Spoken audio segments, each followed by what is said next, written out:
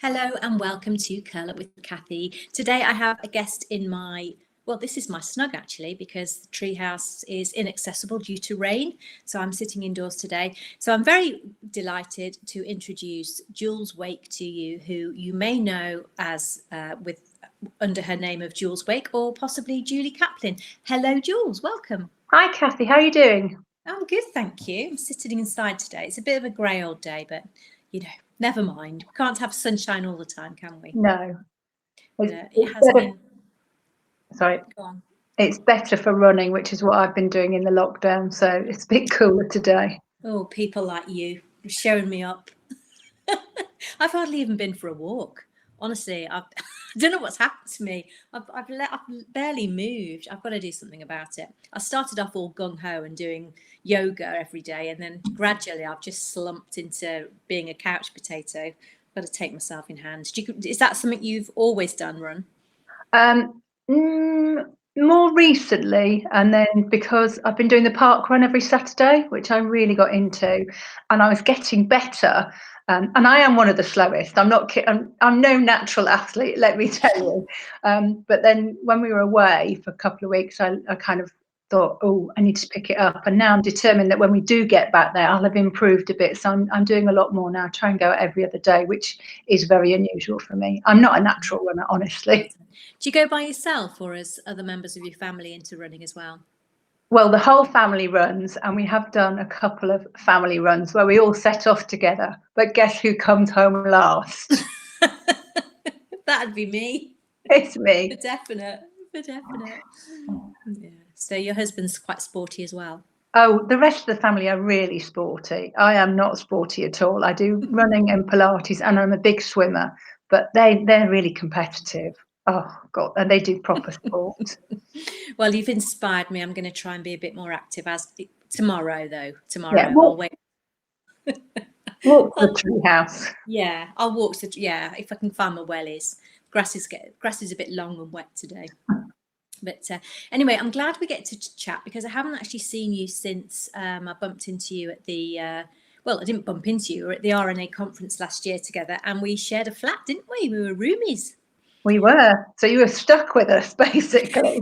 Yes, I seem to remember that quite a lot of Prosecco happened that weekend. Yes, always does. Yeah.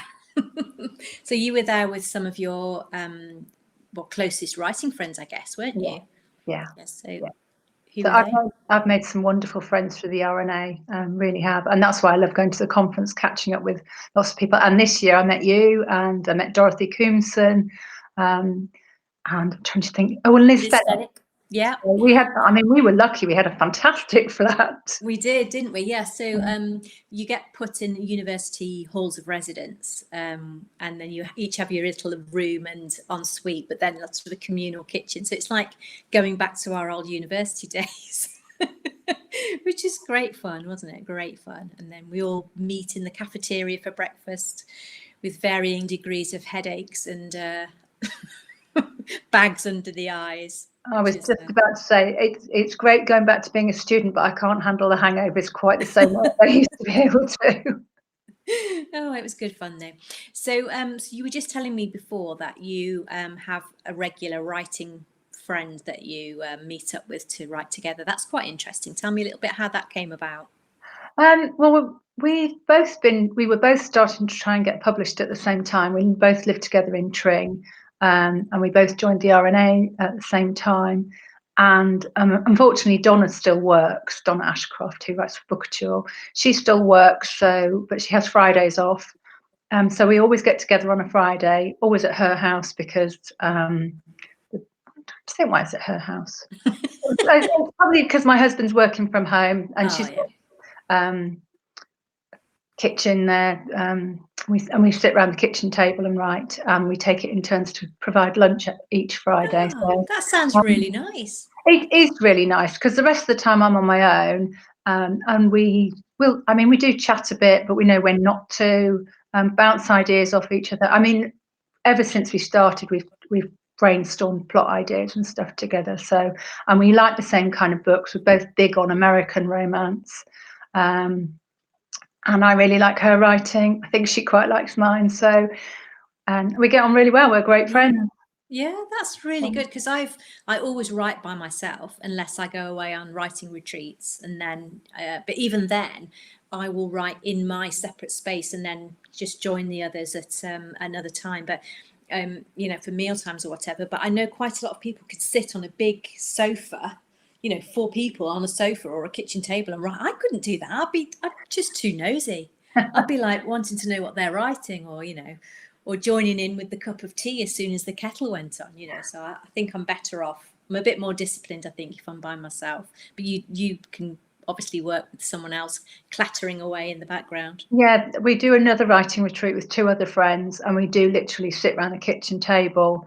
And I find that when all 4 of us are really quiet, and then we'll break off and have a cup of tea. And I'm one of the ladies I find really interesting to talk to, and any plot holes or something I'm stuck with, I'll have a chat with, and invariably just talking it through, you suddenly think, oh, that's what I need to do. Yeah, So yeah, I do find being around other people is quite helpful, because otherwise I tend to get I'm sort of very determined. I'm going to write this much today, and I just plow my way through it. And sometimes I do get a bit bogged down, and then the next day I go back and think, that's all wrong. That's not right. I need to go back. If I could have chatted it through with someone, I might not have gone yeah. quite so far off track. Yeah, I've got that with I do that with Rachel Lucas, who Right. writes similar to me, and we all get in touch with each other during the planning stage of our books and have a good chat. And I'll say, I'm thinking of this, and she'll say, oh yeah, what about that? So we add into each other's plot, and then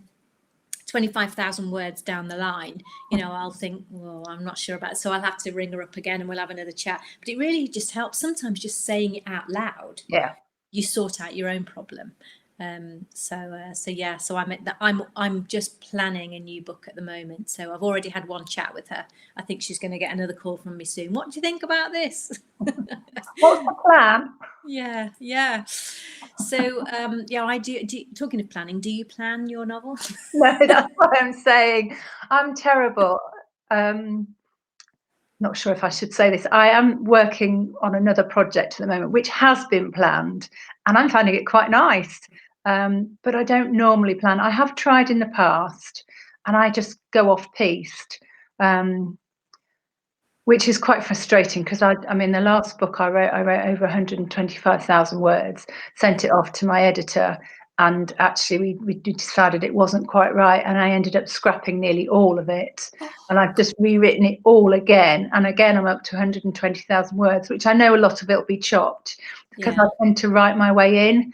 But the books that I haven't planned, sort of I've just gone off, are the ones I like the best. So that works for me. I end up chopping a lot and throwing away a lot, so it's not the most efficient way of working, but I just find creatively that works better for me.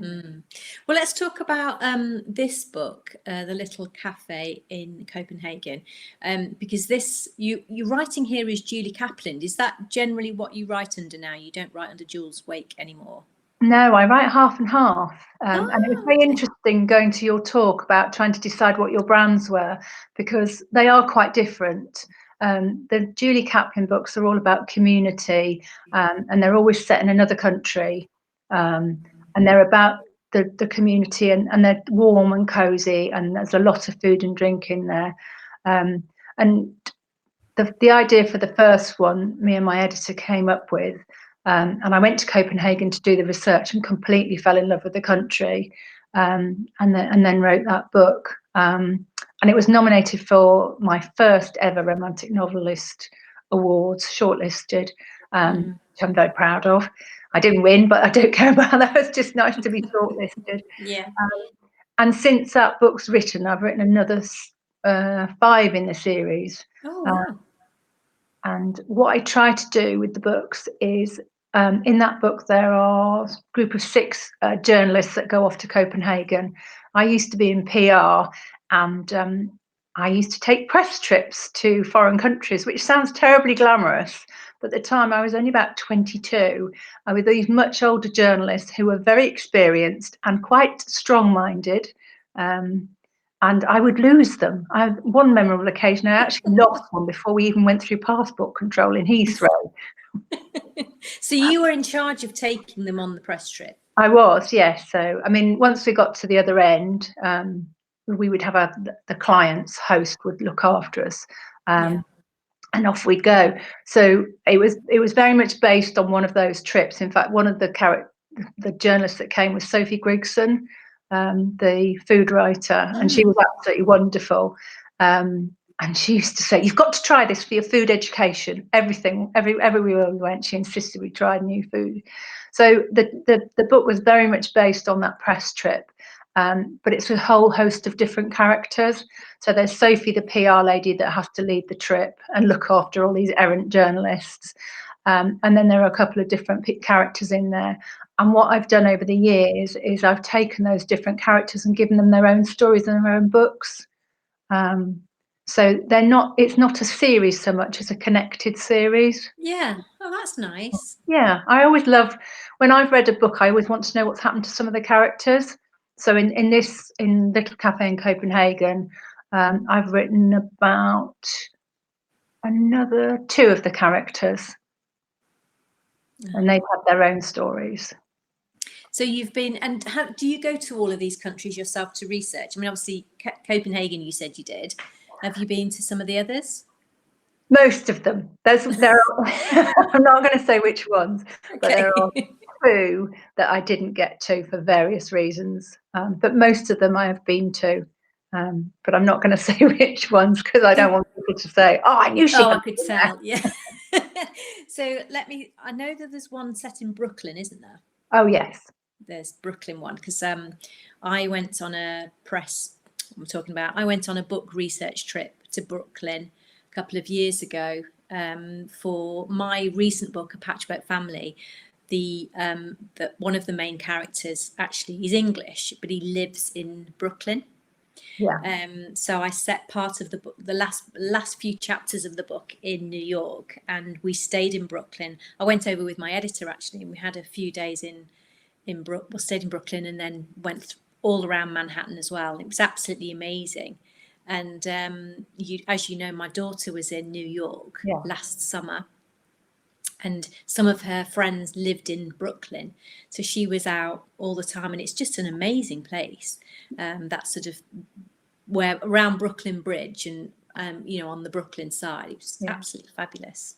No, I did get to Brooklyn, and we stayed in Brooklyn rather than Manhattan when we went on a family trip, and we stayed just off Smith Street, so I put that in the book, and I absolutely loved that area. We had such a great time. Did you go to Junior's and have cheesecake? No, we missed that one.